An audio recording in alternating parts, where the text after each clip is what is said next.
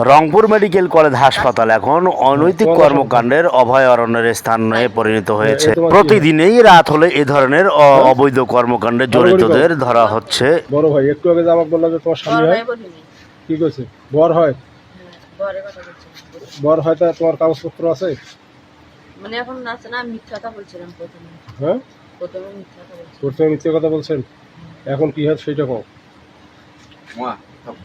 না না, এখন কি হয় তোমার কি হয় সম্পর্কে সেটা বলো।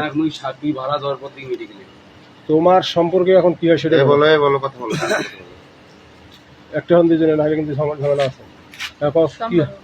হ্যাঁ, কেউ না সম্পর্ক করে, এখন বিয়ে হয় নাই। আচ্ছা, এটা কি কারণে আসছেন মেডিকেল?